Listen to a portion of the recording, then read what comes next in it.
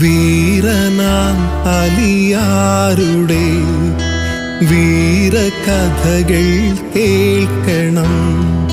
ശൂരനായി നീ വളരണം ജീവിത പുന്നാരമേ.